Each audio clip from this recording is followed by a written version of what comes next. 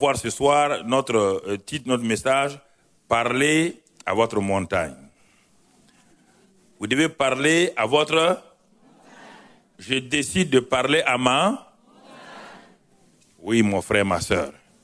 C'est une décision. Je dois parler à ma montagne. Et nous allons voir qu'est-ce que la montagne. Dans le livre de Josué 14, verset 10, on va voir la première montagne mentionnée dans la Bible, pas comme une montagne, mais je veux dire une montagne face à un homme. Dans Josué 14, Moïse a eu des montagnes sur lesquelles il est monté, mais ce n'est pas de ça que je parle ce soir. Dans Josué 14, verset 10, il est dit là-bas que Caleb est en train de parler à Josué au moment où on doit distribuer les territoires à chaque tribu. Caleb fait partie de la tribu de Juda et il est venu et voilà ce qu'il a dit à Josué. Il dit ceci: maintenant voici, l'Éternel m'a fait vivre, comme il l'a dit, il y a 45 ans que l'Éternel parlait ainsi à Moïse, lorsqu'Israël marchait dans le désert. Et maintenant, voici, je suis âgé aujourd'hui de 85 ans. Je suis encore vigoureux comme au jour où Moïse m'envoya. J'ai autant de force que j'en avais alors, soit pour combattre, soit pour sortir et pour entrer. Verset 12. Donne-moi cette montagne dont l'Éternel a parlé dans ce temps-là, car tu as appris alors qu'il s'y trouve des Anakim et qu'il y a des villes grandes et fortifiées. L'Éternel sera peut-être avec moi et je les chasserai comme l'Éternel l'a dit. La première montagne que nous voulons voir ce soir, que j'appelle la montagne de Caleb.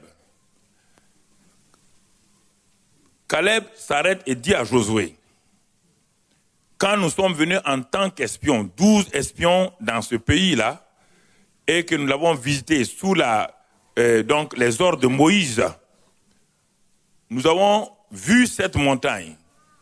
Et c'est sur cette montagne que les géants, les Anak, les fils d'Anak se trouvent. Nous avons été les deux seuls à dire que le pays nous appartenait. Josué dit oui, j'étais avec toi. Ça fait 45 ans. Maintenant, j'ai 85 ans.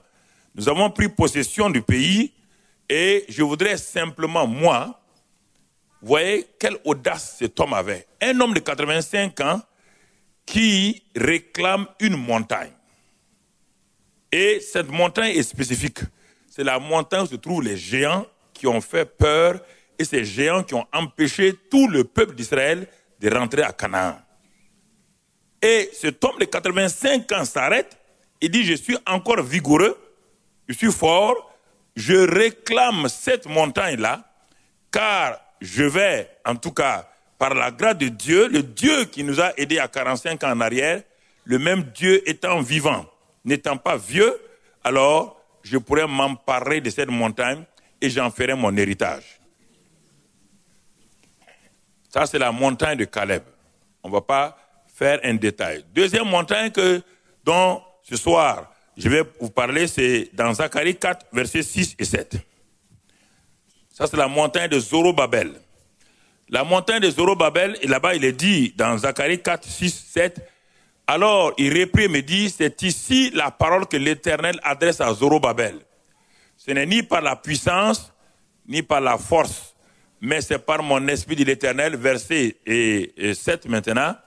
Il dit, qui es-tu, voyez maintenant, grande montagne devant Zorobabel. Tu seras aplani, il posera la pierre principale au milieu des acclamations, grâce pour elle.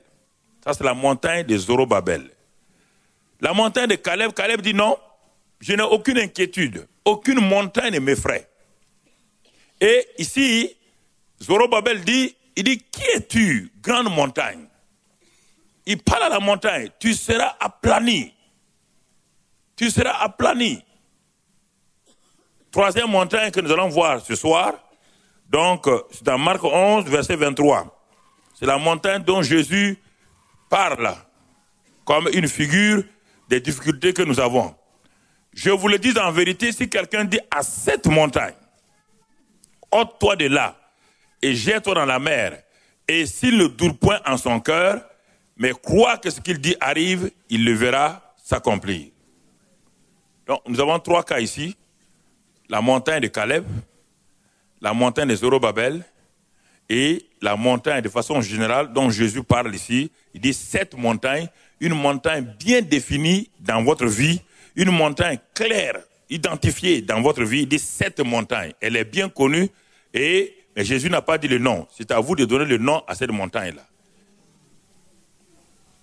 Alors, qu'est-ce que nous voulons ce soir-là voir? Nous voulons voir simplement qu'une montagne, c'est un obstacle, une barrière est placée par l'ennemi entre vous et vos bénédictions. Vos bénédictions sont là. Vous-même, vous êtes ici. L'ennemi vient placer une montagne, vous empêchant de progresser, vous empêchant de prendre possession de ce que Dieu a déjà prévu, de ce que Dieu a déjà établi pour vous. C'est ça, une montagne de façon générale. Et quand nous regardons cela, frère, il y a plusieurs manières de vaincre une montagne naturelle. Il y a tout juste, on peut dire, 3 grandes montagnes pour vaincre une montagne naturelle.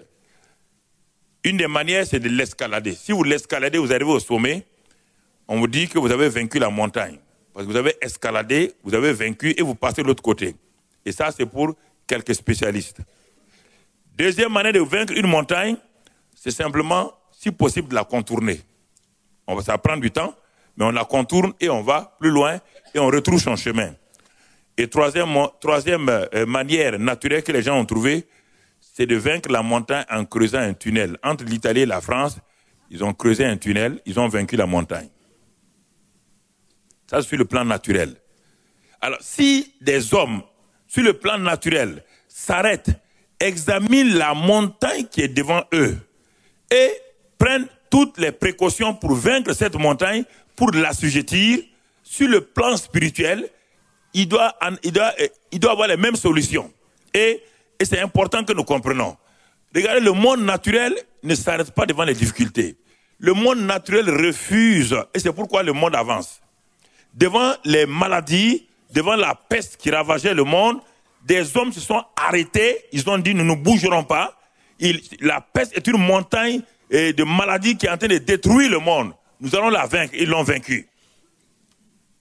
Ils ont pris la décision de vaincre la peste. Les maladies qui ont envahi le monde, les gens, les hommes naturels, ils ne sont même pas des hommes sur le plan spirituel. Ils ont vaincu les montagnes qui les ont préoccupés. Et notre Seigneur nous parle d'une montagne spirituelle. Zorobabel et Jésus s'accordent pour dire qu'on doit parler à notre montagne. Pourquoi? Ils s'accordent pour dire que nous devons parler à notre montagne. Zorobabel, qui es-tu, grande montagne? Tu seras aplani. Qui es-tu?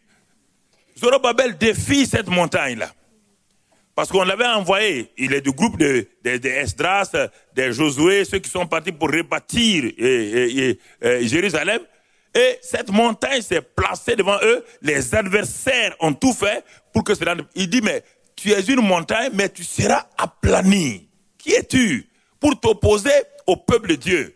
Qui es-tu pour être sur le chemin du peuple de Dieu? Tu seras aplani. Et Jésus dit, s'il y a une montagne devant vous, frères et sœurs, il dit, parlez à cette montagne. Dites-lui, exercez votre autorité sur cette montagne-là. Et elle se déplacera. Il y a 2 choses dont Jésus parle. Pour la foi, il y a la montagne et les sycomores. La montagne, c'est les obstacles devant vous. Les sycomores, ce sont les problèmes enracinés dans votre vie. Là, on les arrache pour les planter ailleurs. Mais ce soir-là, on ne parle pas des sycomores, on va parler des montagnes. Par les sycomores, c'est d'autres genres de problèmes que vous avez. Et ces sycomores-là, ce sont des arbres avec des racines qui se sont implantés dans votre vie, qui ont pris comme un cancer avec des métastases. Ça, c'est les sycomores. Mais la montagne, ça, c'est la force, la puissance que l'ennemi met devant vous pour vous empêcher de progresser. Donc, voyez, frères et sœurs, quand vous lisez la Bible, voyez ce que cela veut dire, l'analogie, et ensuite, demandez au Saint-Esprit Et si il y a une telle chose dans votre vie, et voyez de quelle manière le Saint-Esprit peut vous aider à comprendre et à discerner votre situation. Alors, chaque montagne spirituelle de ma vie, de ma famille, a besoin d'entendre ma voix. Ce qu'il ne faut jamais faire avec une montagne, j'ai noté quelques éléments, ce qu'il ne faut jamais faire avec une montagne. Premièrement, il ne faut jamais s'arrêter, regarder une montagne. Plus vous la regardez, elle grandit. Ah oui, si vous arrêtez, vous regardez une montagne, l'examinez, plus vous la voyez, elle grandit, plus vous devenez très petit.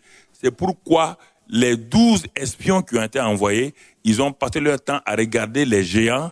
À la fin, ils ont déclaré qu'ils étaient comme des nains à leurs yeux, alors qu'aucun géant ne leur a parlé. Aucun géant ne s'est adressé à eux. Vous entendez? Aucun géant à Canaan n'a dit aux 12 espions, vous êtes des nains. Mais à force de regarder ces géants-là régulièrement, ils sont arrivés dans leur pensée à croire qu'eux, ils sont des nains et qu'eux, ils sont vraiment des géants. Et c'est ça que Josué et Caleb ont refusé. Je suis allé il y a plusieurs années en Thaïlande. Et donc, dans cette nation-là, puis je suis sorti pour faire quelques pas dans les rues et puis aller dans un supermarché. Et donc à Bangkok. Et quand je suis rentré dans le supermarché, je suis devenu un vrai cinéma. Ils sont petits comme ça. Ils sont venus et puis ils me regardaient. Et puis ils riaient. Mais dans le magasin, plus personne ne vendait. On regarde les géants qui passent. Alors moi je voulais acheter des chaussures. Chaque chaussure que je prenais, il n'y a que mes 3 doigts qui rentraient là-dedans. Alors j'ai dit, mais Seigneur, ça c'est pas un endroit pour acheter des chaussures. Déjà même qu'à Mulhouse ici, j'ai acheté des chaussures une fois et ça m'a créé des problèmes. Donc ça c'est une parenthèse on ne va pas en parler. Il y a quelqu'un qui est au courant de ça. Ok, c'est bon. Donc c'est important que nous comprenions certaines choses. Donc vous voyez, et la montagne a tendance à vous influencer. Et si vous la regardez trop intensément, elle s'amplifie, elle grossit et vous vous sentez faible, vous vous sentez incapable, impuissant devant la montagne. Et c'est ça qui a fait. Israël avait une montagne qu'on appelle Goliath. Pendant 40 jours, ils ont loué Dieu. Pendant 40 jours, chaque matin, ils louaient Dieu. Mais quand ils avancent, chacun regarde la taille de Goliath. Et quand il regarde cet homme-là, il est venu pour nous défier. Et tout le monde reculait. Alors, bien aimés frères et sœurs, Jésus savait cela. C'est pourquoi il veut nous aider. Il veut nous aider par un simple message ce soir-là. Ce n'est pas un message qui prend du temps. Ne regardez pas votre montagne, car elle grandira à vos yeux. Deuxième chose, ne vous asseyez jamais au pied de votre montagne pour pleurer. Car si vous vous asseyez là-bas pour pleurer, un éboulement viendra vous enterrer. Si vous asseyez au pied de la montagne, passez votre temps à pleurer, avant que vous ne sachiez, un éboulement de la montagne viendra vous enterrer. Ne vous asseyez pas au pied de la montagne pour pleurer. Ne pleurez pas devant les montagnes. Les montagnes ne bougent pas à cause de vos pleurs. Troisième chose qu'il ne faut pas faire devant une montagne, ne donnez pas d'eau à votre montagne. Si vous donnez d'eau à votre montagne, vous n'aurez plus le courage de l'affronter. Ne donnez pas d'eau à la montagne, jamais. Vous n'aurez plus le courage de l'affronter. Une deuxième fois sera un échec. Une troisième fois sera un échec. Et vous allez avoir une mentalité d'échec. Et pour vous reprendre, c'est difficile. Il faut l'affronter. Quatrième chose qu'il ne faut pas faire, mon frère, ma soeur, ne parlez jamais de votre montagne autour de vous. Ne parlez pas de votre montagne. Les gens se promènent et parlent de leur montagne, de leurs problèmes aux gens. Oh, vous ne savez pas, j'ai tel problème. Tout le temps, j'ai tel problème. Ne parlez pas de votre montagne. Parlez à votre montagne, mais ne parlez pas de votre montagne. C'est différent. Parler de ma montagne ne résoudra pas votre problème. Parce que parler de votre montagne, vous magnifiez votre montagne. C'est-à-dire que vous devenez simplement quelqu'un, une victime de la montagne. Vous êtes simplement quelqu'un qui n'a aucune confiance que vous pouvez vaincre cette montagne-là. Et en ce moment-là, vous devenez une victime. La montagne, tout le temps que vous en parlez, vous la magnifiez, vous l'exaltez. Et en ce moment-là, la montagne vous dominera. Alors, c'est pourquoi Jésus, voyons ce que l'expert en déplacement de montagne nous dit. Il s'appelle Jésus de Nazareth. Il y a, quand vous avez un document, vous avez une entreprise, vous appelez un expert comptable, il vient pour auditer vos comptes, pour voir, pour établir vos bilans et tout. Vous avez des experts géomètres qui sont là. Et ici, Jésus est un expert spécial. Un expert, c'est déjà un homme spécial. Mais je répète ça, ce n'est pas une répétition vaine. C'est un expert qui sait, quand il parle, vous devez l'écouter attentivement. Pourquoi le maître parle-t-il ainsi? Parce que quand nous lisons la Bible, nous ne savons pas que nous sommes en train d'écouter la voix de Dieu. Quand la Bible est fermée, ça veut dire que vous dites à Dieu, Monsieur Dieu, ne me parle pas. C'est ça, frères et sœurs. Quand vous l'ouvrez, ça veut dire que dès le moment où vous ouvrez votre Bible, vous dites à Dieu, je suis prêt à t'écouter, parle-moi. Et le Saint-Esprit, en ce moment-là, va commencer à illuminer les Écritures. Le Saint-Esprit va commencer à vous donner la révélation des Écritures. C'est pourquoi la plupart des gens qui n'ouvrent jamais la Bible pour leurs problèmes ont des difficultés parce qu'ils ont une mentalité de problème et ils ne se basent pas sur Christ. Vous ne pouvez pas réussir en ne vous appuyant pas sur la parole de Dieu. Il est impossible. Aucun homme ne peut réussir en refusant de s'appuyer sur la parole de Dieu. Alors, lorsque le Seigneur parle, frères et sœurs, lorsque le Seigneur parle, il faut vous arrêter pour savoir de quoi il parle. Et pourquoi il parle. Chaque parole donnée par Jésus est bien pesée. Chaque parole prononcée par le Seigneur a un but. Il vise un but. Et il veut toujours enseigner de façon pratique. Il n'y a aucune parole de la Bible là qui soit donnée pour être donnée. Toute parole a un but. Mais quel est le but que le Seigneur vise? Quelle est la pensée derrière donc cette parole? Et pourquoi il dit cette parole? Frères et sœurs, regardons quelques exemples pour que nous puissions comprendre. Les montagnes sont sous plusieurs formes.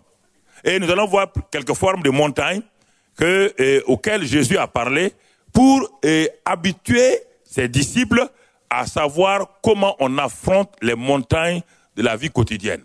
Un jour, Jésus, vous le savez, il était dans une barque, il a dit, passons sur l'autre bord. Passons à l'autre bord. Bien-aimés frères et sœurs, vous êtes avec quelqu'un qui n'est ni pêcheur, ni marin, qui rentre dans une pirogue et il vous dit, passons à l'autre bord. Et vous devez avoir ça en tête. Il faut tout le temps avoir en tête la parole de Dieu, frères et sœurs. La parole de Dieu sera tout le temps testée par l'ennemi. Passons à l'autre bord. Donc pour Jésus-Christ, il se trouve déjà à l'autre bord. Pour lui, il n'y a aucun problème. Et les disciples ont entendu cela. Et ils rentrent et ils sont des pêcheurs de poissons. Ils connaissent bien la mer plus que Jésus. Sur le plan naturel. Ils connaissent la mer plus que Jésus. Et dans la pirogue maintenant, dans cette barque-là, au milieu de la barque, une tempête s'est levée pour empêcher la parole du Seigneur de s'accomplir. Et c'est là où souvent les chrétiens, ils sont dans la confusion, ils ont peur. Le Seigneur vous a déjà dit, passons sur l'autre bord. Il dit, passons. Sa parole, il va l'accomplir quoi qu'il advienne. Quoi qu'il advienne, personne ne peut arrêter la parole de Dieu. Aucune tempête ne peut arrêter la parole de Dieu. Et cette barque-là représente votre vie. Jésus est dans votre barque. Votre vie est une barque dans laquelle Jésus se trouve. Jésus vous dit, maintenant que vous m'avez accepté dans votre vie, qui est ma barque, nous allons passer maintenant de l'autre côté, nous allons traverser pour qu'à la fin de votre vie, nous entrons de l'autre côté, donc chez le Père. Mais dès que l'ennemi entend ça, il lève des tempêtes contre vous. Mais Jésus vous a dit, sur le chemin de la vie, il est dans votre barque. Votre corps, il est dans votre barque. Il a dit, je suis avec vous, allons de l'autre côté. Mais pourquoi alors, quand une tempête se lève, vous ne vous arrêtez pas pour dire, mais qu'est-ce que le maître a dit? Est-ce que cette parole est toujours valable? Pourquoi vous cherchez d'autres personnes? Le maître a déjà parlé. Il a dit, passons de l'autre côté. Et c'est pourquoi il s'est couché sur la poupe et il s'est endormi. Malgré la tempête, malgré la barque qui était ballottée, Jésus ne s'est pas réveillé. Pour Jésus, sa parole est déjà accomplie. Mais en ce moment-là, qu'est-ce qu'on fait? Comme les disciples, ils ont commencé à compter sur leur capacité naturelle. Mais oui, ce sont des pêcheurs professionnels. Ils sont pêcheurs de père en fils. Ils ont une expérience en pêche. Et ils ont rencontré beaucoup de tempêtes dans leur vie. Alors ils ont dit, mais non, laissons ce jeune homme-là dormir. C'était un maître, c'était un rabbin. Mais en matière de vent, ici, il ne connaît pas. Et ils l'ont laissé, ils ont commencé tout de suite à trouver les moyens pour résister. Ils ont peut-être, s'il y avait le voile, ils ont fait toutes sortes de techniques qu'ils ont apprises dans leur famille. Ils ont utilisé toutes sortes de moyens naturels pour apaiser la tempête. Plus ils essayaient d'équilibrer la barque, plus l'eau rentrait dans la barque. Et à un moment donné, à la fin, ils sont allés. Et parfois c'est ainsi. Quand on est épuisé dans nos mauvaises méthodes, on n'a pas envie d'aller parler bien à Dieu, on l'accuse. Ils sont allés vers lui, ils ont dit, mais ne t'inquiètes-tu pas de ce que nous périssons? Qui était le plus en danger entre eux? Entre les disciples et Jésus, qui était le plus en danger? Non, c'est lui, parce que lui, il dormait. C'est lui qui dormait. C'est facile pour lui de mourir. Il n'est même pas au courant que la barque est en danger. Et au moins, ils ont les deux yeux ouverts, ils peuvent nager. Mais Jésus est en train de dormir. Et ils disent à Jésus, comment quelqu'un qui dort peut-il s'inquiéter? Non, mais il y a des choses. Mais je vous pose la question.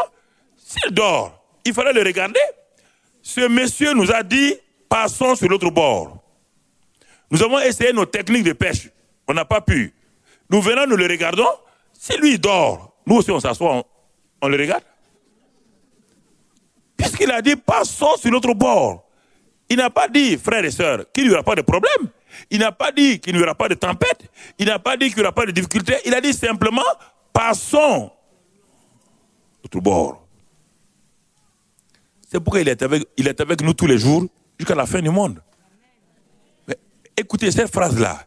Il dit qu'il est avec nous tous les jours jusqu'à la fin du... Bon, la fin du monde n'est pas arrivée. Pourquoi vous inquiétez de quoi? Mais les tempêtes sont là. Mais regardez à Jésus. Il est en vous par le Saint-Esprit. Demeurez, regardez sa présence.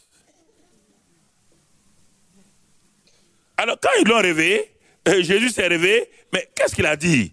Quand nous regardons le verset 39, Jésus, qu'est-ce qu'il va faire? Quand il s'est réveillé, il n'a pas... D'abord, s'étant réveillé, il menaça le vent et dit à la mer. Il menace le vent et il dit à la mer, silence. Tais-toi. Et le vent cessa et il eut un grand calme. Il a parlé, frères et sœurs. Il a parlé, il a exercé son autorité. Il a parlé, il a menacé le vent et il dit à la mer, silence. Il n'y a rien de magique ni de mystique ici. La parole prononcée a une puissance extraordinaire. Mais il faut croire ces choses-là. La première fois que j'ai entendu un témoignage de ce genre, et jusqu'à ce que j'ai vécu, j'ai fait l'expérience, c'est lorsque mon bien-aimé pasteur, M. Blanc, quand ils étaient au Maroc, comme il faisait la météo là-bas, il a commencé à évangéliser. Et un jour, ils étaient en train d'évangéliser, et la pluie et les gens, les Marocains étaient venus pour l'écouter, et la pluie était en train d'entourer tout l'endroit où il devait prêcher. La pluie était là, et les gens disaient, ah, on va partir parce qu'il y a la pluie. Les gens partaient. Il a dit non de s'arrêter. Il a levé sa main, et il a parlé. Et là, au grand étonnement des Marocains, ils ont vu les nuages s'en aller, et la quiétude est venue. Vous savez, quand on vous dit ça, votre tête n'arrive pas à appréhender ces choses-là parce que vous essayez de raisonner. Comment des nuages peuvent s'écarter à la parole d'un homme? Vous posez des questions. Jusqu'au jour où je suis allé à une croisade d'évangélisation dans la seconde ville du pays, à Bobo de Lasso. Et quand nous sommes arrivés à cette croisade-là, au stade, et nous avons loué toutes les radios de la place, et on n'entendait que nous, toutes les radios FM. Nous les avons louées et on prêchait sur cela, mais et pour que la population n'écoute rien d'autre. Et cela a tellement énervé les féticheurs, c'est-à-dire ceux qui font les coutumes et tout, et ils ont décidé d'envoyer la foudre, la pluie, c'était au mois de mai, d'envoyer la pluie sur nous et pour nous détruire. Ou moi je meurs, ou un de l'équipe meurt. Ils ont cette puissance, ils ont cette force-là. Si vous n'y croyez pas, alors mon frère, vaut mieux vous préparer. Et quand un monsieur de leur quartier est venu me dire qu'ils ont fait un sacrifice ce matin, ils ont enterré un bœuf vivant et ils ont commencé à invoquer leur Dieu pour que ce soir, au stade-là, la pluie vienne, la foudre vienne et que la foudre donc détruise soit moi ou quelqu'un de l'équipe. Alors, bien-aimés frères et sœurs, il y a des choses réelles que vous devez savoir. Satan est une réalité, mais sa puissance est contrôlée par la puissance du Saint-Esprit. N'essayez pas de nier que Satan n'est pas une réalité. Satan est une réalité. Vous voyez son effet, ses effets dans le monde. Vous le voyez partout. Pourquoi des hommes intellectuels adhèrent aux sectes sataniques? Pourquoi? Il y a quelque chose qui est pratique là-dedans, qu'ils font. Alors, le soir, quand je devais aller au stade, au moment où, vers 17h, où la foule allait au stade, brusquement, nous avons vu des nuages se lever à l'horizon. Des nuages noirs se levaient à l'horizon et qui entouraient. Alors j'ai appelé ceux qui étaient avec moi, l'équipe qui était avec moi. Il dit, vous allez voir ce que Josué a fait. Josué a parlé au soleil, il a parlé à la lune, et beaucoup de gens, quand ils arrivent là-bas, ils tournent la page vite. Beaucoup de chrétiens, quand ils arrivent là-bas, ils tournent la page. Non, mais peut-être ça, c'est une histoire à dormir debout, là. Mais dès que le moment où vous doutez d'une seule histoire de la Bible, tout le reste n'a plus de sens pour vous. Si Dieu ment une seule fois, il ment pour toujours. Parce que Dieu est éternel. Si vous faites la multiplication d'un 1 multiplié par éternité, par éternel, ça devient éternel. S'il y a un seul mensonge, donc tout Dieu est mensonge. Ça, c'est mathématique. 1 fois infini est égal à quoi? Infini. Alors, c'est ça. Si vous doutez de Dieu ici, et vous dites que vous croyez en Dieu ici, ça ne marche pas. Vous ne comprenez pas, vous dites, je ne comprends pas. Ça, c'est bon.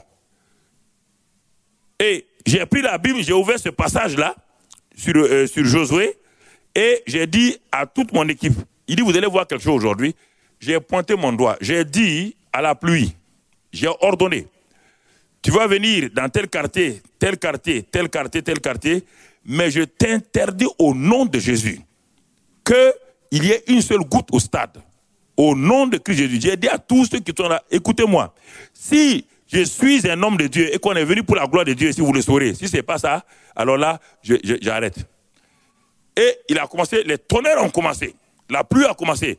Tous les quartiers, quand le chauffeur est venu pour me prendre, pour m'amener au stade, j'ai demandé au chauffeur, il dit, pasteur, c'est chaud aujourd'hui, la pluie est partout. Il dit, mais j'ai dit à l'équipe qu'il n'y aura pas de pluie au stade. C'est sur des cassettes vidéo, hein. C'est pas la police était là. Quand je suis arrivé, j'avais envoyé un de mes collègues pour prêcher et moi j'allais prier pour les malades. Dès que j'ai mis le pied au stade, je suis monté sur l'estrade. Un grand vent est venu prendre la chaise sur laquelle je devais m'asseoir, prendre la chaise, balancer la chaise sur la foule. Et il y avait des policiers qui étaient là. Et il y a un des policiers qui a dit, ah, aujourd'hui leur affaire sera... L'autre policier a dit non. Quand l'homme là va se lever, tu vas voir ce qui va se passer. Le policier n'est pas un chrétien. Hein. Il dit, ça fait 5 jours que je suis cet homme-là. ce qu'il a fait dans ce stade-là. Quand il va se lever, tu verras. Effectivement, je me suis levé et au moment, j'ai pointé mon doigt, comme mon pasteur a fait. J'ai ordonné au nuage, j'ai ordonné que tout s'éclaircit. Et là, devant tout le monde, en un clin d'œil, on a vu les nuages partir d'un seul coup. Ça a été filmé, mon frère. Et ce soir-là, il y a un pasteur qui est venu, il ne croit pas au miracle. Un pasteur qui ne croit pas au miracle, il est venu et sa sœur était paralytique avec des béquilles. Il est venu la déposer à la porte du stade. Il a dit, mais Karambiri, Mamadou, là, il trompe les gens. Dieu ne fait plus de miracle aujourd'hui. Il a déposé sa sœur et puis il est parti à la maison. Il dit, bon, après tu prends le taxi, tu te débrouilles à tes béquilles, tu viens. La première personne à être guérie, c'est cette dame-là. Elle s'est levée devant tout le monde et elle a commencé à marcher sans béquilles. Et quand elle est arrivée, son frère était directeur d'école biblique. Toute sa théologie a changé. Toute sa théologie a changé. Frère, il faut savoir parler à vos montagnes. Ne vous effrayez pas des circonstances, des situations qui sont autour de vous. Quand le Seigneur a parlé, appuyez-vous sur ce qu'il a dit. N'essayez pas de faire autre chose. Vous ne pouvez pas faire autre chose. C'est sa puissance, son autorité. C'est ça qui prévaut. C'est ça qui prévaut, frère. S'il n'y a pas ça, c'est tout un problème pour vous. Vous allez essayer de faire ça, mais ça ne passera pas. Donc, Jésus s'est levé, il a parlé, il a menacé la mer, il a parlé au vent, et tout s'est calmé. Et les disciples étaient étonnés. Il dit, qui est celui-ci à qui même les vents et la mer obéissent? Qui est celui-ci? Ils n'ont pas découvert encore la réalité de Jésus. Et beaucoup de chrétiens croient en Jésus, mais n'ont pas découvert qui il est. Ils ne le connaissent pas dans sa dimension de maître des choses. Ils ne le connaissent pas ils le connaissent comme un sauveur. Un simple sauveur qui les a sauvés et ils vont se débrouiller pour aller au ciel. Non. Les disciples étaient avec Jésus. Mais ils marchaient, ils l'appelaient maître. Mais en réalité, ils ne le connaissaient pas. C'était un langage pieux. Ils ne le connaissaient pas. Mais quand il a fait ce miracle-là, ils ont dit, mais qui est celui-ci à qui même les vents et les tempêtes obéissent? Qui est celui-ci? On apprend à connaître le Seigneur d'abord à travers sa parole et à travers les actes de miracles qu'il opère. Plus vous allez voir les miracles dans votre vie, les signes, plus votre confiance en lui s'affermit. Plus vous restez ferme que celui qui a fait des miracles hier, il les fait encore aujourd'hui, puisqu'il n'a pas changé. Mais tant qu'il n'y a pas le miraculeux, le doute et l'incrédulité s'installent en vous. Chaque fois que vous voulez opérer, mais Satan vous dira, mais tu veux opérer comment? Tu n'as jamais vu un miracle. Tu n'as jamais vu Dieu faire un miracle dans ta vie. Comment tu vas faire? Qu'est-ce que tu vas faire? Deuxième élément, et c'est dans Jean 11, 43, 44. Le cas de Lazare. Vous savez, Jésus a guéri l'enfant de la veuve, a ressuscité l'enfant de la veuve de Naïn. Sûrement les gens de l'époque, les scribes ont dit non. Sûrement, cet enfant devait être évanoui il n'y a pas longtemps, ou bien il est mort il n'y a pas longtemps. C'est une mort fraîche. C'est facile d'être ressuscité. Jésus n'a rien dit. Deuxième résurrection, c'est la fille de Jairus. Il est allé dans la maison de Jairus, il est arrivé là-bas, et les gens pleuraient. Quand il a dit que l'enfant dort, les gens sont moqués de lui. Cette fois-ci, les gens ont dit non, l'enfant est bel et bien mort. Ah, il dit bon, donc cette fois-ci, l'enfant est mort, il n'est pas évanoui, on dit non, il est mort. Là encore, il a dit Talita Koumi, l'enfant s'est levé. Bon, là, ça ne les a pas convaincus.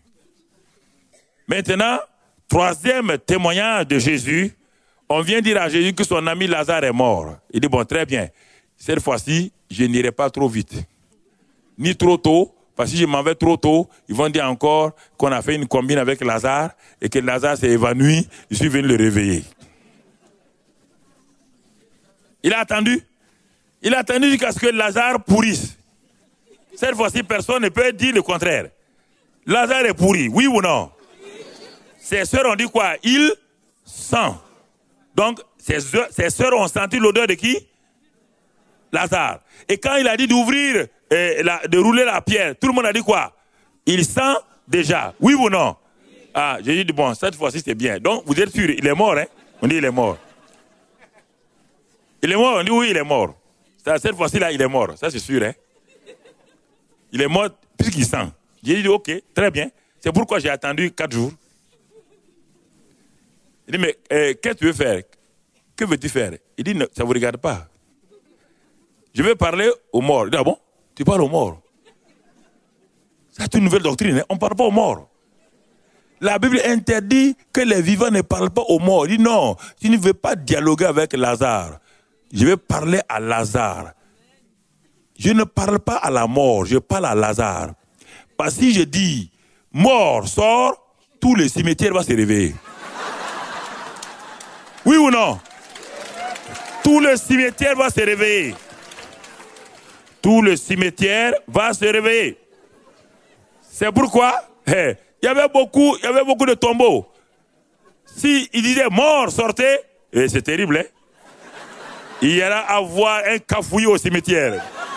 Et tout le monde allait fuir. Jésus s'arrête. Il dit, le mort qui nous intéresse ici, c'est qui? C'est Lazare. Sa sœur dit, non, Seigneur, bon, c'est très bon. Bon, c'est déjà bien. Il ira au paradis. Non, non. Il s'arrête, il élève la voix et dit, Lazare. Lazare sort. Est-ce qu'il a parlé à la mort? Il a parlé à qui? Mais en parlant à Lazare, la mort a compris, non? La mort a compris, oui ou non? La mort a compris. Il a lâché Lazare. Lazare est sorti. Maintenant, il dit, vous qui l'avez lié là, déliez-le maintenant. Est-ce que vous comprenez ce que je veux dire ce soir-là? Je veux que vous compreniez, ce n'est pas des choses magiques ou bizarres. Hein? Alors, je vais compléter l'histoire de Lazare avec la mort de Jésus.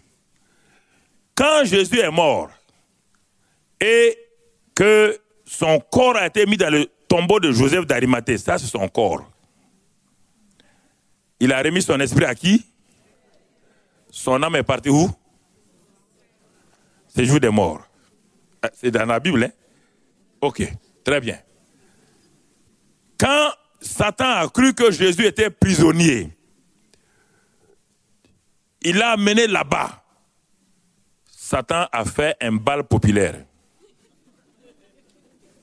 Il a dit, vous voyez, je suis Satan. Je vous ai dit, c'est moi. J'ai amené Adam et Ève à genoux.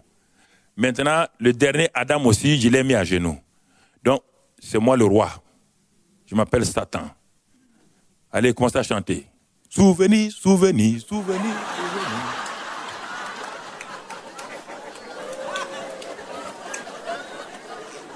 Oui.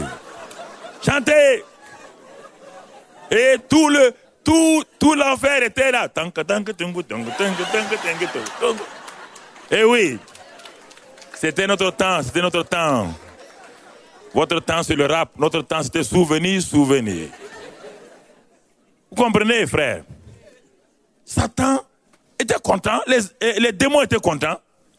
Mais je crois, moi, ça c'est l'évangile selon Saint Karambiri. Mais moi, je crois qu'il y a un démon qui devait être le démon du doute là. Vous savez, il y a un démon du doute. Le démon du doute, il doute de tout, même il doute de Satan. Ah, dès le moment où il est le démon du doute, il doute de tout. Il a dû dire à Satan, il dit, moi, chef, moi je ne crois pas que l'homme là va rester ici. Hein? Satan dit, mais pourquoi? Il dit, mais chef, quand on a mis Lazare dans le tombeau, 4 jours il était pourri. Satan dit oui. Mais quand il est venu, quand Jésus est venu, il dit, parce qu'on ne doit pas dire Jésus devant Satan. On ne doit jamais dire. Si tu dis ça, tu as un problème. Quand il est venu devant la tombe de Lazare, écoute bien, chef, quand il s'est arrêté, l'ange de la mort qui est là, il était témoin, l'ange de la mort est là. Oui, l'ange de la mort est là. Il était témoin, oui. Il avait tenu bien Lazare. Et moi-même, j'étais là aussi. Mais quand l'homme l'a dit, Lazare sort, l'ange de la mort il a lâché Lazare, il est sorti. Chef, tu penses que l'homme qui a dit à Lazare de sortir, on n'a pas pu empêcher. Tu crois qu'on peut l'empêcher de sortir? Moi, je crois qu'il va sortir un jour. Satan dit non, il ne sortira pas d'ici. Ah, l'ange du doute a dit, en tout cas, moi je doute. Hein. Mais oui, tu m'as donné le caractère de doute. Donc, moi je doute. Même je doute de toi. Oui, oui. Mais oui. Il a eu raison, oui ou non? Le troisième jour, quand le glorieux Saint-Esprit est descendu, l'ange du doute se tenait bien loin. Quand l'enfer qui était chaud a commencé à se climatiser, il dit Il y a un climatiseur qui arrive ici. L'enfer est toujours chaud, mais pourquoi l'enfer est climatisé? On dit c'est l'homme du climat qui arrive maintenant. Le Saint-Esprit est rentré. Il a dit, hé, Jésus, lève-toi. Ah, l'ange du doute a dit aux autres, je vous ai bien dit, hein? Je vous ai dit, moi je suis douteur, je reste douteur. Et quand Jésus s'est levé, avant de partir, qu'est-ce qu'il a dit? Il a dit, Satan, viens là. Donne-moi de la mort et du séjour des. Il a pris ça, il est parti. Et il dit désormais, la clé de la mort et du séjour de moi, c'est tout dans les mains de qui? Quand il ouvre, personne ne peut. Et quand il ferme, personne ne peut ouvrir.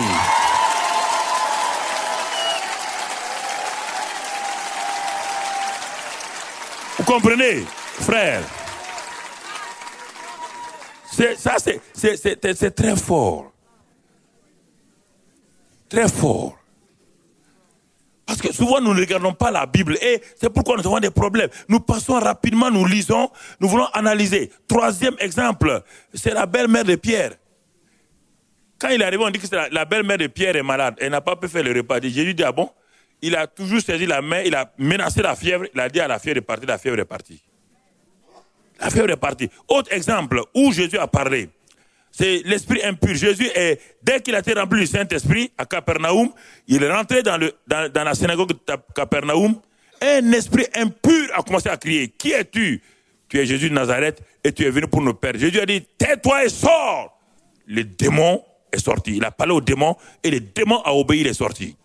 Et c'est pourquoi nous pouvons parler aujourd'hui aux démons en leur ordonnant, au nom de Jésus-Christ, sors et il doit sortir.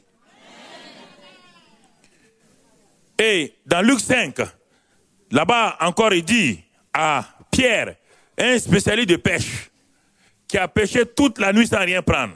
Il s'arrête au bord et il voit que Pierre et ses amis et ses parents ont échoué. Et il vient, il emprunte la barque de Pierre, il dit, prêtez-moi votre barque. Il rentre dans la barque et il manifeste. Lui aussi, il est un pêcheur, mais un pêcheur d'âme. Il a parlé à la foule. Quand il a fini, il dit maintenant à Pierre, très bien, vous avancez au milieu de la mer et vous jetez vos filets pour pêcher. Jésus a parlé. Pierre dit non, papa est là, mon frère André est là, ensuite il y a Jean et Jacques qui sont nos collaborateurs, et leur père Zébédée est là. Nous avons fouillé toute la mer hier, toute la nuit, sans rien prendre. Il n'y a même pas un crapaud ni une grenouille dans la mer. Non, nous sommes... Mais n'est-ce pas André? Ils ont dit oui. N'est-ce pas Jean? Ils ont dit mais oui. Nous avons fouillé la mer. Il n'y a rien dans la mer. Mais quand Jésus a dit jetez vos filets pour pêcher, la même parole qui est dans Genèse, la même parole dans Genèse qui a créé les poissons, la même parole quand Dieu a dit que les mers soient remplies de poissons dans Genèse, la même parole vient de sortir de la bouche du Fils. Quand il a dit ça, la mer a commencé à être pullulée de poissons. Quand ils ont jeté le filet, ils ont tiré, ils ont dit, il doit y avoir un caillou qui rentre dans le... Non, ils ont dit, c'est pas un caillou. Le monsieur, là, quand il parle, la chose s'accomplit. Ils ont tiré les meilleurs poissons qu'ils n'ont jamais vus, étaient dans le filet. Alors, je voulais attirer votre attention, lorsque le Seigneur a parlé. N'ayez pas peur quand vous avez des problèmes. Ne tremblez pas devant vos situations. Ne commencez pas à prier avant d'être sûr que le Seigneur a parlé. Parce que si vous priez sur vos assumptions, c'est-à-dire sur vos pensées personnelles, sur ce que vous pensez, Dieu ne veille pas sur votre pensée. Dieu veille sur sa parole. Et il veut que sa parole dans votre bouche soit des paroles de vie, soit des paroles de puissance. Et c'est pourquoi faites attention à votre bouche. Ne laissez pas votre bouche parler des choses négatives contre vous-même. Ne dites pas à votre bouche, mais je m'en sortirai pas, ça n'ira pas. Dieu dit, si tu fais ça, tu mets le feu à ta propre vie. Parce que ta langue est un feu. Mais un feu sert à quoi? Le feu, si on le met sous la marmite, sous la casserole, ça fait cuire les aliments. Mais ce feu qui est mis sur tes vêtements, ça te détruit toi-même. Le feu a un double effet, positif et négatif. La langue joue ce rôle-là. Il peut mettre le feu sur Satan, il peut mettre le feu dans les situations, mais en même temps, il peut mettre le feu sur ta propre vie. Donc c'est pourquoi, frères et sœurs, faisons beaucoup notre attention, parce que notre voix est unique comme nos empreintes digitales. La voix de l'homme est unique. Aucune voix ne se ressemble dans ce monde-là, comme les empreintes digitales se ressemblent. Notre voix est unique. Le timbre de notre voix est unique. Et les empreintes digitales aussi que nous avons sont uniques. Et c'est pourquoi, lorsque mon timbre, ma voix est remplie de la parole de Dieu, elle prend une dimension surnaturelle de capacité. Ma voix naturelle sur mon enfant, ça l'amène et il se calme. Ma voix naturelle sur même les hommes qui sont autour de moi, ça permet aux hommes de m'obéir. Mais quand cette voix maintenant est remplie de la parole puissante de Dieu, de la parole vivante de Dieu, quand je parle, la chose s'accomplit. C'est pourquoi au téléphone, on peut prier et la parole rentre dans le corps. Mais oui, en 97, papa Jean a prié pour moi au téléphone. Et lui, il était à Milou, moi j'étais au Burkina. J'avais une pleurésie ici, dans ce poumon. On a enlevé 3 litres une fois. Ça n'a pas marché. Ils ont mis des corticoïdes, cortisone, tous les cortis. Aucun corti n'a marché. Mais quand j'ai acheté son livre, j'ai lu son livre, son premier livre. Mais j'ai dit, mais moi je prie, les gens sont guéris. Beaucoup de gens sont... Et même j'ai prié pour quelqu'un qui avait cette pleurésie, la personne est guérie. Il y a des moments où Dieu veut qu'on soit humble. Qu'on demande à quelqu'un d'autre de parler sur nous. Mais oui, vous pouvez être un homme de Dieu et Dieu vous utilise pour faire des grands miracles, mais soyez humble. Sachez qu'un jour, vous avez besoin de quelqu'un d'autre. Et son livre est tombé entre mes mains, c'est quelqu'un qui me l'a amené de la France. Je l'ai lu. Heureusement qu'il a mis son téléphone derrière. Et jusqu'à présent, je vois qu'il met tout le temps son téléphone. Je lui ai téléphoné un après-midi. J'étais couché dans mon lit. Il a téléphoné pour moi. Il n'y avait personne à la maison. Alors, entre Ouaga et ici, ça fait 6000 km. 6000 km entre Mulhouse et Ouaga. Comment un homme s'assoit au téléphone, 6000 km, il parle, si la parole n'a pas de puissance? Si la parole n'a pas de puissance. Donc, vous voyez, ça c'est important que nous comprenions. La parole a une puissance. C'est pourquoi il faut la parler tout le temps. Ou remplissez votre bouche de la parole de Dieu. Remplissez votre bouche de la parole de Dieu. Ne laissez pas des paroles négatives. Ne laissez pas votre bouche critiquer les gens. Remplissez-la de... Bénissez vos enfants. Bénissez tout le temps. Remplissez votre bouche de paroles, de paroles, de paroles, de paroles, de paroles.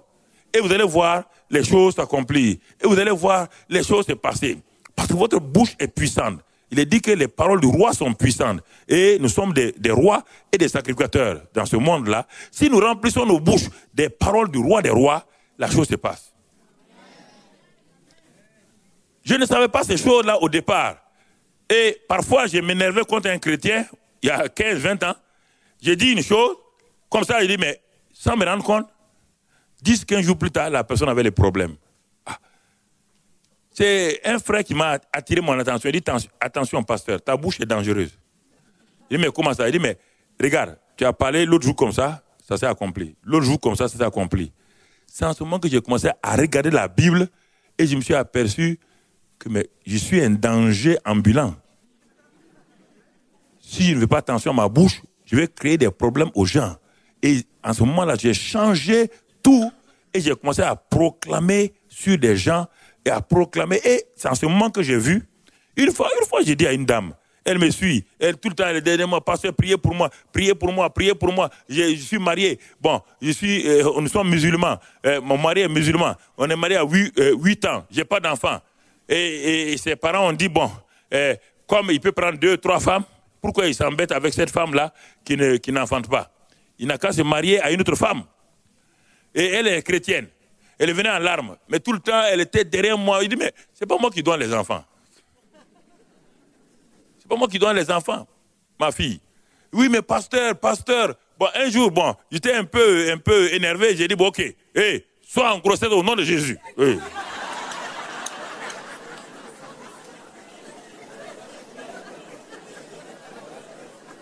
Et puis, la pauvre femme m'a dit, Amen.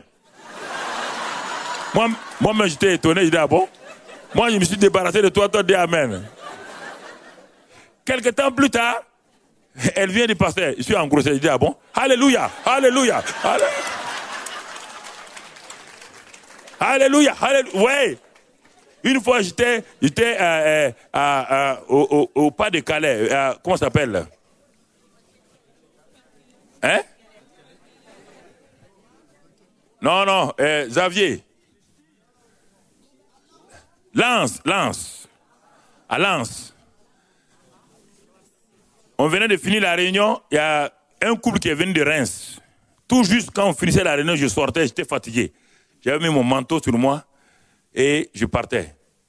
Ils ont couru, ils ont dit, pasteur, priez pour nous, on vient d'arriver de Reims. On nous a dit que, il dit, mais frère, je suis tellement fatigué.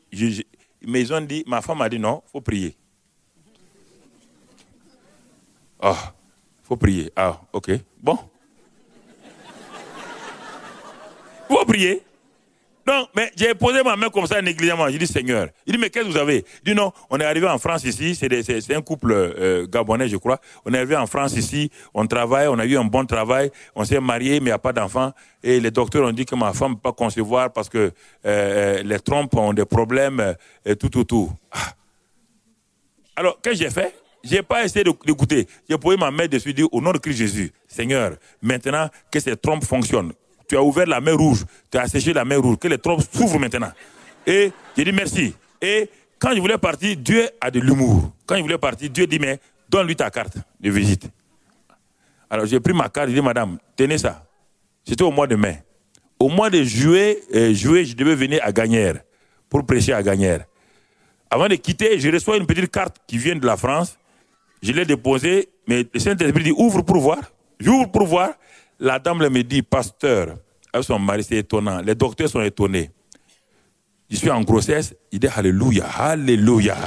Dieu m'a dit, ah bon, quand tu priais pour elle, tu n'as pas dit alléluia. C'est comme ça, vous, avec les hommes de Dieu, c'est comme ça toujours. Vous êtes tout le temps en train, quand ça va maintenant, vous prenez de la gloire sur vous.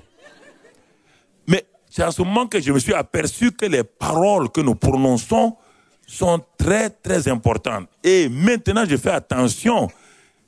Je fais attention. Alors, frères et sœurs, on ne va pas aller loin. Ce soir, c'était un simple message que je voulais partager avec vous et pour vous dire que si vous prenez ces choses, et je vais prier et simplement maintenant, prier et proclamer. Nous allons prier pour un frère qui est à Toulouse actuellement et qui a un problème de cœur et qui est dans une situation assez difficile.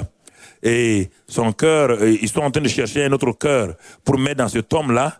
Et il s'appelle Georges. Donc nous allons nous accorder, je vais proclamer la prière sur Georges Chobé, là où il est maintenant, en esprit.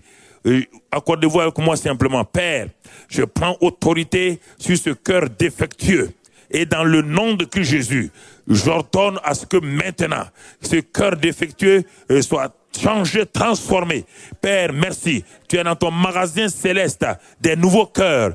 Si les hommes n'ont pas un cœur, nous nous accordons maintenant pour que ta grâce et ta bonne main se posent sur cet homme-là, Père, et que par les meurtrissures de Christ Jésus, cet homme reçoive maintenant la guérison dans le nom de Christ Jésus. Que toute la gloire te revienne, Père. Merci pour ta grâce. Merci pour ta faveur imméritée pour notre frère. Maintenant, Père, nous avons prié ce soir au nom de Christ Jésus. Amen. Restons dans cet esprit. Vous êtes venus ce soir ici, je parle maintenant des gens, et ceux qui sont aussi à l'internet. Donc, vous êtes venus ce soir ici avec une prostate. C'est-à-dire que on a découvert que vous avez un problème de prostate avec la dimension n'est pas encore, les grosseurs ne sont pas exagérées et ce n'est pas cancéreux. Mais cette prostate vous crée des problèmes la nuit. Vous vous réveillez plusieurs fois pour aller aux toilettes.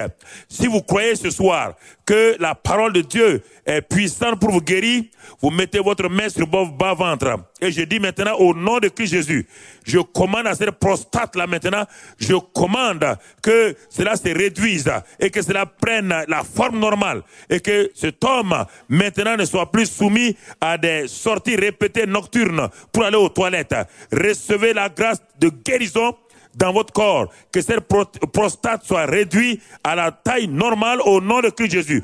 Vous êtes venus ce soir ici et vous êtes devant votre écran, Il y a une femme, vous avez plus d'une soixantaine d'années et vous avez ce qu'on appelle une descente d'organes.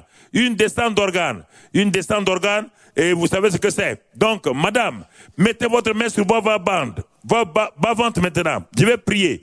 Maintenant, dans le nom de Christ Jésus, je commande à cette descente d'organes maintenant de se rééquilibrer et que tout soit normalisé. Que la puissance du Saint-Esprit, au nom de Christ Jésus, visite donc votre bas-ventre et que toute chose soit normalisée dans le précieux nom de Christ Jésus. Recevez la guérison ce soir. Recevez la guérison. Vous êtes venus ce soir ici. Vous avez une perte de sang en dehors de votre cycle mensuel. La perte de sang continue comme une hémorragie avec des grumeaux de sang noir. Mettez votre main aussi. Vous êtes une jeune femme. Mettez votre main sur votre bas-ventre maintenant. Je commande à cette perte de sang, à cette hémorragie-là. Je réprime au nom de Christ Jésus. Je commande que cette hémorragie s'arrête maintenant et que votre cycle mensuel soit régulé. Recevez par la puissance du Saint-Esprit et au nom de Christ Jésus, la guérison de la délivrance de cette perte de sang. Vous êtes là encore ce soir. Ce sont les paroles que le Seigneur m'a données quand je priais dès le matin pour que ce soir-là tu puisses recevoir. Vous êtes venus et vous étouffez. Quand vous couchez sur votre dos, vous étouffez. Et apparemment, il n'y a pas de problème d'asthme. Parce qu'il n'y a pas de problème d'asthme. Mais pourquoi vous étouffez? Je ne sais pas quelle est la cause. Mais maintenant, mettez votre main sur votre poitrine. Cet étouffement va s'arrêter ce soir. Je réprime cet étouffement maintenant, quelle que soit son origine. Je commande à cet étouffement qui vous réveille en pleine nuit et vous suffoquez. Je réprime maintenant cet étouffement maintenant des voies respiratoires et je commande que toutes les voies respiratoires soient restaurées et que cette nuit vous dormez sur le dos, vous dormez sur le côté sans problème. Recevez la guérison ce soir dans le nom de Christ Jésus. Le Seigneur m'a dit de te parler ce soir que tu as un problème d'asthme, et ça s'est aggravé ces derniers temps. Et quand ça s'aggrave, tu rentres dans une crise et tu commences à t'étouffer. Maintenant, je commande, là où vous soyez, où que vous soyez, je réprime cet asthme-là au nom de Christ Jésus. Je commande à l'asthme, maintenant, tu cesses ton action dans ce corps. Les bronches sont maintenant libérées. Recevez la guérison ce soir au nom de Christ Jésus. Et tout cela, vérifiez. Le Seigneur fait ces choses-là. Vous êtes venus ce soir ici, vous avez une incontinence urinaire. C'est une dame. Ce n'est pas un enfant. Vous avez une incontinence urinaire. Et à cause de cela, vous mettez des couches comme des bébés. Vous mettez des couches comme un bébé. À cause de cette incontinence urinaire-là, vous êtes pourtant une femme d'un certain âge, d'un âge moyen. Maintenant, mettez vos mains sur vos bas-ventre. Je réprime cette incontinence urinaire qui vient soit d'une inflammation et de vos organes. Je réprime cela maintenant dans le nom de Christ Jésus. Je commande que cette incontinence urinaire s'arrête et que cette nuit, ça soit la dernière fois que vous mouillez vos matelas et vous mouillez vos habits. Je réprime maintenant cette infirmité. Dans le nom de Christ Jésus, recevez cette délivrance là où vous êtes maintenant. Là où vous êtes maintenant. Là où vous êtes maintenant, recevez cette délivrance au nom de Christ Jésus. Ce soir, vous avez des ganglions au cou et des ganglions sous votre aisselle. et des ganglions, une troisième personne des ganglions dans des parties assez sécrètes. Vous avez des ganglions là-bas, entre vos jambes. Posez vos mains sur ces ganglions maintenant. Posez vos mains sur votre aisselle. Posez votre main sur votre cou. Et je commande à la destruction maintenant de ces ganglions par la puissance du Saint-Esprit. Maintenant, la puissance du Saint-Esprit rentre dans ces ganglions. Et maintenant, dématérialise ces ganglions. Maintenant, ganglions, soyez dématérialisés. Disparaissez totalement dans ce corps. Je vous réprime ce soir. Je commande à ces ganglions maintenant de cesser leur effet sur votre corps. Qu'ils disparaissent au nom de Christ Jésus. Ce soir, vous êtes encore là. Vous aussi, vous avez un problème de point de côté. Du côté gauche. Un point de côté, douleur atroce. Quand vous tenez, vous souffrez. Vous essayez de mettre beaucoup de baume, mais mettez votre main sur ce côté-là, point de côté. Et maintenant, la douleur va disparaître instantanément. Croyez maintenant, la parole est dans la bouche et la parole ne revient pas à vide. Père, je réprime maintenant ces douleurs atroces qui sont liées à ce point de côté. Et de ce côté gauche, je réprime au nom de Christ Jésus. Point de côté, douleur. Tu libères ce côté et maintenant tu pars. Je commande maintenant que la puissance de guérison rentre dans ce corps-là. Recevez la guérison ce soir au nom de Christ Jésus. Vous êtes une femme, vous avez des problèmes de thyroïde. On envisage d'opérer. Mais si vous croyez ce soir, posez votre main sur votre cou, là. Et vous allez croire, maintenant vous allez voir, la puissance de Dieu agit dans votre corps. Mettez vos mains sur vos thyroïdes. Ils imposeront les mains aux malades. Je réprime ces thyroïdes maintenant.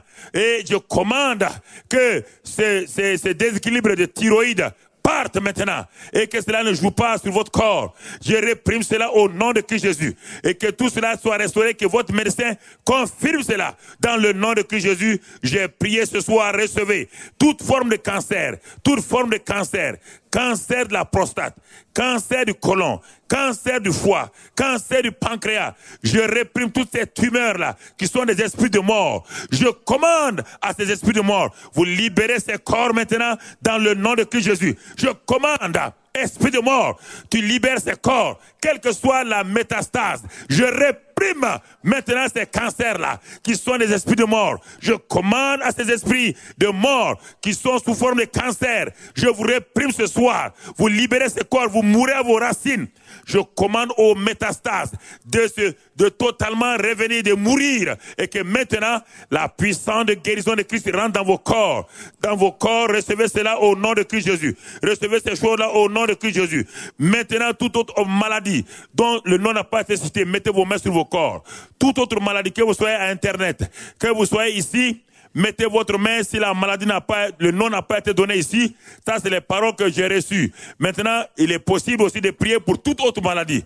Posez vos mains sur vos corps. Posez même si votre enfant n'est pas là. Si l'enfant est à la maison, posez les mains sur la partie où l'enfant souffre. Si votre mari n'est pas ici, posez la main sur la partie où votre mari souffre. Au nom de Christ Jésus. Père excellent, je te remercie ce soir-là, dans le nom de Christ Jésus. Il n'y a point de distance en esprit. Je réprime maintenant esprit d'infirmité qui affecte ses maris, ses femmes, ses enfants et ses parents qui sont là. Je réprime toutes ces maladies-là. Je commande au glaucome. Maintenant, madame, on doit vous opérer de glaucome. La pression des yeux est devenue trop forte et le glaucome. Maintenant, recevez la guérison. Je commande à ce glaucome de partir maintenant. Recevez. Vous avez des problèmes au niveau. Je vois un enfant qui a des problèmes d'otite, au niveau des oreilles. Mettez les mains sur les oreilles si vous êtes à côté de l'enfant. Je commande maintenant que cette otite parte au nom de Christ Jésus et que cet enfant reçoive la guérison totale. Maintenant, au nom de Christ Jésus, toutes les brûlures d'estomac, toutes les ulcères, toutes les maladies de sang, les maladies des arthroses dévalorisantes, les rhumatismes, je réprime cela au nom de Christ Jésus. Je commande aux hémorroïdes, partez maintenant, aux douleurs rhumatismales, dans les genoux, arthrose. Vous êtes une femme d'une cinquantaine d'années. Il y a des bleus sur vos jambes, je vois vos deux jambes. Il y a des veines, des bleus. Quand vous levez le matin, vous asseyez au bord du lit. Maintenant, pour vous lever, il faut 5 minutes. À partir de ce soir-là, Vos genoux sont guéris. Et la lourdeur des marches est partie. Recevez cette guérison ce soir au nom de Christ Jésus. Que les malades reçoivent la guérison maintenant au nom de Christ Jésus. Recevez la guérison au nom de Christ Jésus. Que les esprits de mort, les esprits de trouble partent maintenant au nom de Christ Jésus. Recevez la délivrance. Recevez la délivrance au nom de Christ Jésus. Recevez la délivrance au nom de Christ Jésus. Recevez la délivrance au nom de Christ Jésus. Levez vos mains et remerciez le Seigneur. Levez vos mains et remerciez le Seigneur. Levez vos mains et remerciez le Seigneur. Remercions le Seigneur. Remercions le Seigneur. Remercions le Seigneur. Remercions le Seigneur.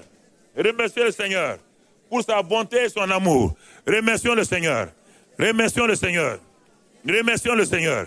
Sois béni et sois loué, Père, pour ta grâce et ta fidélité. Au nom de Christ Jésus, nous avons prié. Amen. Amen.